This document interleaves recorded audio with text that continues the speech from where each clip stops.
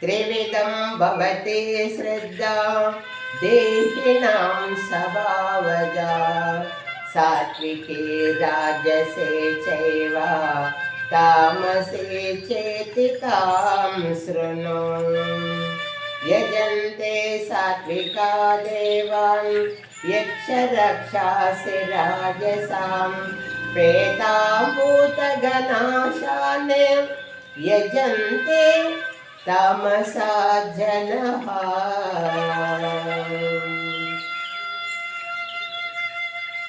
కృష్ణ, కొందరు అజ్ఞానం చేత శాస్త్ర విధులను విడసి భక్తి శ్రద్ధలతో యజ్ఞక్రతువులు దైవ పూజలు చక్కగా చేయుదురు.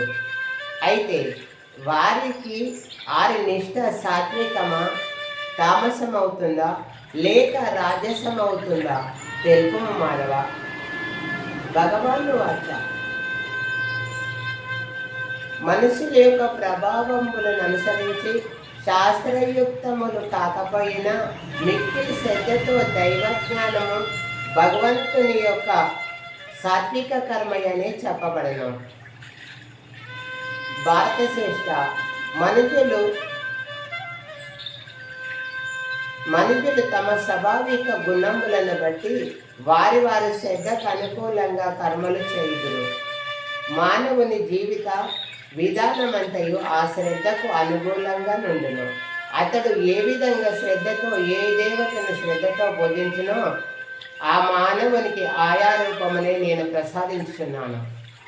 అర్జున, అలా శ్రద్ధతో పూజలు చేసేవారిలో సాత్వికులు దేవతలను శ్రద్ధగా పూజించురు, రాజసులు యక్షరాక్షసులను శ్రద్ధగా పూజించురు, తామస గుణంబు గలవారు భూత పేతంబులను శ్రద్ధగా పూజించురు, దంభము అహంకారము కలవారు కామవాంఛలతో బలమైన కోరికలు కలిగి ఉందరు, గర్వంబుతో దర్పణముతో శాస్త్ర విహితంబుగా కర్మలను ఆచరించును.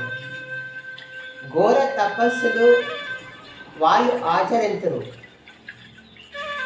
శరీరమనందు పంచభూతములు జీవాత్మను అంతర్యామిగానున్న నన్ను కూడా బాధపెట్టి వారు ఇక్కట్ల పాలు చేసి మరి సాత్విక గుణము కలవారిని ఇబ్బందులు కలగజేయుదురు. అట్టి వారి గుణములు ఎన్నటికి పరితగించి భగవత్ ప్రాప్తికి అర్హులు కారు. వాళ్ళు అసుర గుణముకు సంబంధించిన వారని తెలుసుకున్నాము.